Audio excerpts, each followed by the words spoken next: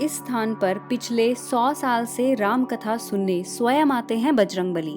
Video देख हो जाएगा यकीन। हनुमान जी को चिरंजीवी कहा जाता है और उनको ही कलयुग में माना जाता है कि धरती पर हैं। इसलिए हम सभी लोगों को आज भी हनुमान जी के चमत्कार देखने को मिल रहे हैं। कहते हैं कि अगर आपको कलयुग में हनुमान जी के दर्शन करने हैं तो आप राम का नाम जपें और राम कथा को सुने और लोगों में सुनाएं। इससे हनुमान जी बहुत खुश होते हैं। हनुमान जी को राम का सबसे बड़ा भक्त माना जाता है। हनुमान जी ने एक बार अपनी भक्ति सिद्ध करने के लिए राज्यसभा में अपना सीना चीर के दिखाया था, जिसमें प्रभु राम और माता सीता की छवि दिखाई दी थी। आज हम जिस घटना के बारे में आपको बताने जा रहे हैं वो पंचवटी की है। पंचवटी में देवदत्त नाम के एक ब्राह्मण रहते थे। वो पूरे पंचवटी में 2 बातों के लिए प्रसिद्ध थे।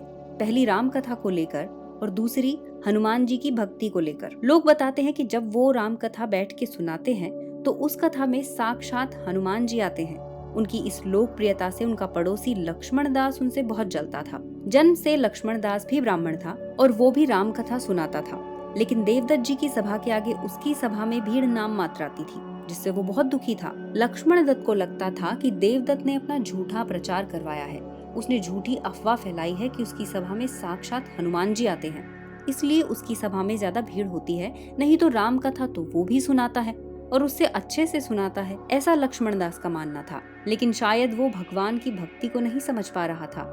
अगर राम कथा आप अपनी आजीविका चलाने के लिए कर रहे हैं तो वो कथा को सिर्फ मूर्ख सुनने आएंगे, लेकिन अगर आप राम कथा को भगवान की भक्ति के लिए कर रहे हैं तो आपको भगवान प्राप्त होंगे ही।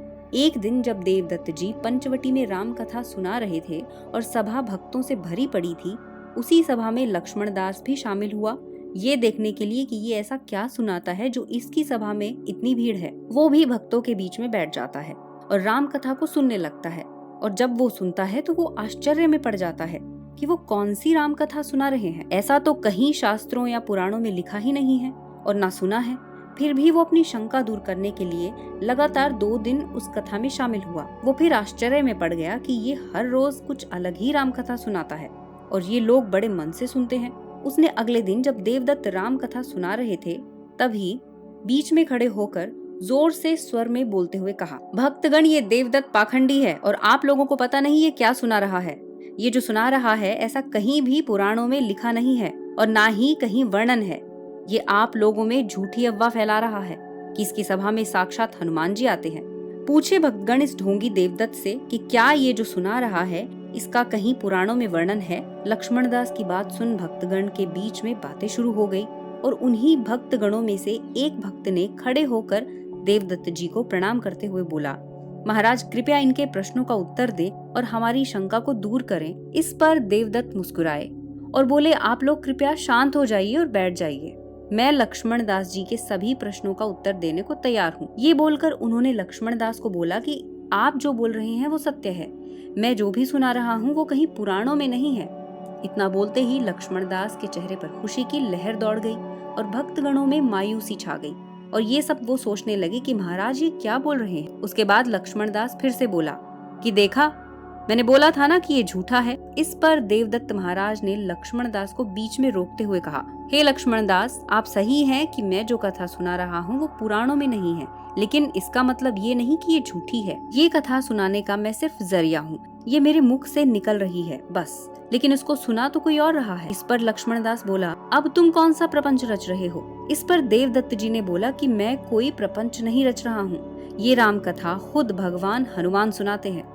वो इसी गद्दी पर विराजमान रहते हैं और जब मैं कथा सुनाता हूँ तो वो मेरे अंदर रहते हैं। ये सुन लक्ष्मण दास ने उनको झूठा और मक्कार कहा और बोला, क्या प्रमाण है कि उस गद्दी पर हनुमान जी आते हैं। इस पर वो बोले कि अगर आपको प्रमाण चाहिए तो कल आप राम कथा शुरू होने से पहले आना और इस गद्दी को हटा दिया तो मैं कभी राम कथा नहीं सुनाऊंगा। इतना सुनते ही लक्ष्मण दास को इसमें अच्छा अवसर दिखा और उसने तुरंत उनकी बात मान ली। फिर क्या, अगले दिन वहाँ भक्तों की इतनी ज्यादा भीड़ थी कि लोगों के पास खड़े होने की जगह नहीं थी। कथा शुरू होने से पहले लक्ष्मण दास वहाँ पहुँच चुका था। फिर देवदत्त जी आए और उन्होंने गद्दी के सामने बैठ पहले राम स्तुति की और फिर हनुमान पाठ किया। उसके पश्चात उन्होंने लक्ष्मण दास को गद्दी हटाने को बोला। लक्ष्मण दास अपना सीना ताने और चेहरे पर मुस्कान लिए गद्दी की तरफ बढ़ा। उसने पहले हल्के हाथों से गद्दी को हटाने की कोशिश की, लेकिन गद्दी टस से मस नहीं हुई। फिर उसने अपना पूरा जोर लगा दिया, लेकिन उससे गद्दी जब टस से मस नहीं हुई और वो पसीने से तर हो गया तो वो हार मान गया। ये देख भक्तगण जोरों से जय श्री राम के नारे लगाने लगे और उस दिन लक्ष्मण दास को भी भरोसा हो गया कि वहाँ सचमुच में हनुमान जी आते हैं, और उन्होंने उस दिन से राम कथा छोड़ दी और वो छोड़कर वो देवदत्त जी के शिष्य बन गए। दोस्तों, देवदत्त जी जो कथा सुनाते थे वो साक्षात हनुमान जी उनको सुनाते थे, और वो प्रभु श्री राम की अनसुनी कहानियां सुनाते थे। वो चाहते थे कि भक्तगण उनके आराध्य श्री राम के बारे में और जाने।